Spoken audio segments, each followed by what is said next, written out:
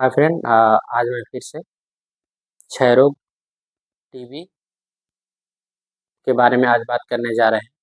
और ये कैसे फैलती है, और टीबी कितने टाइप की होती हैं, इसका क्या बचाव है, इसका लक्षण क्या है और इसका उपचार ट्रीटमेंट, तो इस पे आज हम बात करेंगे। तो मैं सबसे पहले बता दूंगा कि टीबी जो होती है माइक्रोबैक्टीरियम ट्यूबरकुलोसिस बैक्टीरिया की वजह से होती है और फेफड़े की बीमारी है। यह बीमारी जो है कि फेफड़े के अलावा और अतिरिक्त अंगों में हो सकती है, जैसे ब्रेन, पेट, हड्डी, किडनी और अलग अलग अंगों में होती है। तो ये दो टाइप होती है, पहला पल्मोनरी ट्यूबरकुलोसिस, दूसरा एक्स्ट्रा पल्मोनरी ट्यूबरकुलोसिस। जो पल्मोनरी ट्यूबरकुलोसिस होती है वो फेफड़े में होती है, और जो एक्स्ट्रा एक्स्ट्रा जो फेफड़े के अलावा अदर आर्गन में होती है, जैसे हड्डी में हो गई, बोन में हो गई, ये सब ब्रेन में, पेट में, ये सब चीज़ें जो होती है एक्स्ट्रा पल्मोनरी टीबी होती है। और मैं इसके बता दे रहा हूँ कि ये फैलता कैसे है। टीबी का जो कि मुख्य रीजन जो होता है, मैं फैलने के बता दे रहा हूँ। इसमें जो है कि अगर आदमी कोई जूठा जैसे है खा लिया, तो खाने के अगर आप खा लेते हैं तो आपको जो कि इससे इन्फेक्टेड हो जाते हैं।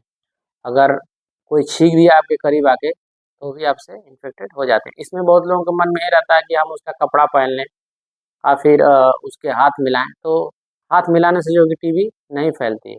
ये क्या होता है कि इसकी जो बैक्टीरिया होती हैं, ऐसा नहीं है कि उसको कपड़ा अगर रख दिया जाए तो उसमें जो कि उसको टीबी फैल जाएंगे, ऐसा कुछ नहीं है। ठीक है, ये ज़्यादातर क्या होता है कि ड्रॉपलेट इन्फेक्शन होता है, लेकिन बहुत दूरी नहीं लेता है, थोड़ी सी दूरी, जैसे 1 से 1.5 मीटर के बाद जो है कि इसका जो बैक्टीरिया रहती हैं हवा में उड़ती हैं और धीरे धीरे क्या होती है नीचे ज़मीन पे आ जाती है। इसमें के हम लक्षण बता देते हैं।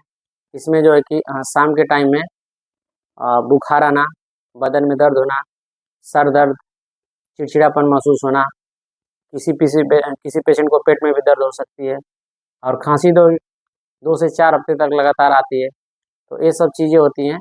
और वज़न कम हो जाता है, और ज़्यादा अगर इसका असर हो जाता है तो शरीर क्या होती है, हल्का हल्का काली पड़ने लगती है। जो चेहरा का जो कलर होता है, फिर पूरे स्किन का डिसकलर होता है। तो ये इसके लक्षण होते हैं।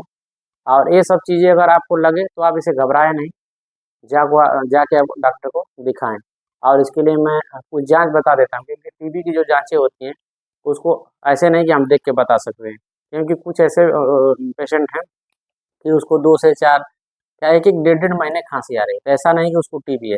जांच कराएंगे तो सब कुछ निगेटिव आता है, और ना जैसे दवा चलती है धीरे धीरे उसका खत्म हो जाता है। तो डिपेंड ऑन कंडीशन, कंडीशन के ऊपर भी डिपेंड करता है कि क्या पेशेंट को परेशानी है। तो इसके लिए मैं कुछ जांच बता दे रहा हूँ। जैसे आप एक्सरे कराएंगे, और एक्सरे में अगर फाइंड आउट नहीं हो पाता है तो आप उसके लिए एफबी टेस्ट कराते हैं, जिसमें हम बोलते हैं थूक की जांच, और एक सीबी नाट होती है। ज़रूरत पड़ने पे एचआरसीटी भी कराते हैं, टीबी गोल्ड भी कराते हैं, और मैंटुक्स टेस्ट होता है। तो ये सब चीज़ें जो कि आपको कराने की ज़रूरत पड़ती है।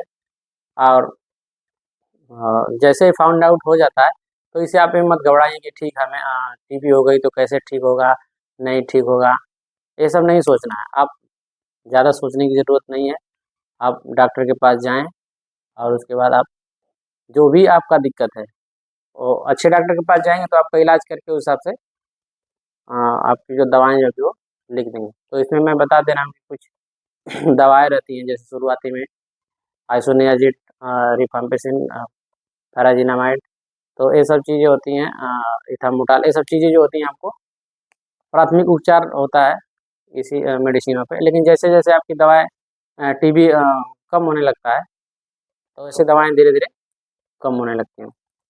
और सबसे ज़रूरी ये चीज़ें हैं कि इसमें आपका वेट जो होता है लॉस होने लगता है, तो इसमें लोग अ, अपने आप को मायूस होने लगते हैं कि अब लग रहा है कि हम मर जाएंगे, और फिर खांसी हमारी ठीक नहीं हो रही, ऐसा कुछ नहीं है। आप खाने में प्रोटीन वाली चीज़ लिए करें अच्छा से। जैसे सुबह के टाइम में अगर खांसी नहीं आ रही है, हालांकि खांसी कुछ दिन तक बनी रहती है, जैसे आप दवा चालू करेंगे धीरे धीरे खांसी खत्म हो जाती है। तो सुबह के टाइम में 1 गिलास गुनगुना दूध ले लीजिए, काजू बादाम 5 या 6, बहुत ज़्यादा नहीं लेने की ज़रूरत है, 5 या 6, मतलब एक रूटीन में आपको रहना है।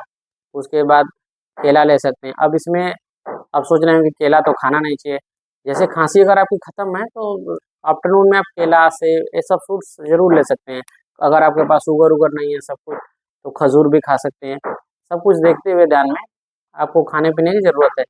और अंडा उबाल के लेना, मछली खाना, ये सब चीज़ें बहुत ही आपको ज़रूरी है।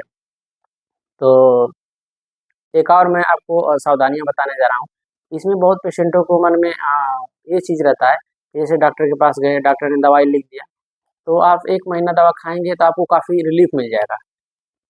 तो आपको रिलीफ़ मिल जाता है तो आप सोचते हैं कि अरे अब तो हम ठीक हो गए, अब कोई दिक्कत नहीं है।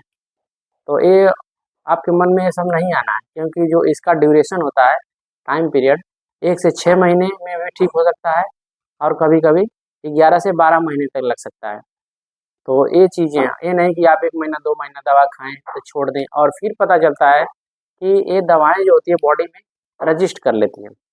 अब रजिस्ट का मतलब आप लोग नहीं समझ पाएँगे। जैसे अगर बार-बार अगर दवा खाते रहेंगे तो दवा काम करना अपना बंद कर देती है।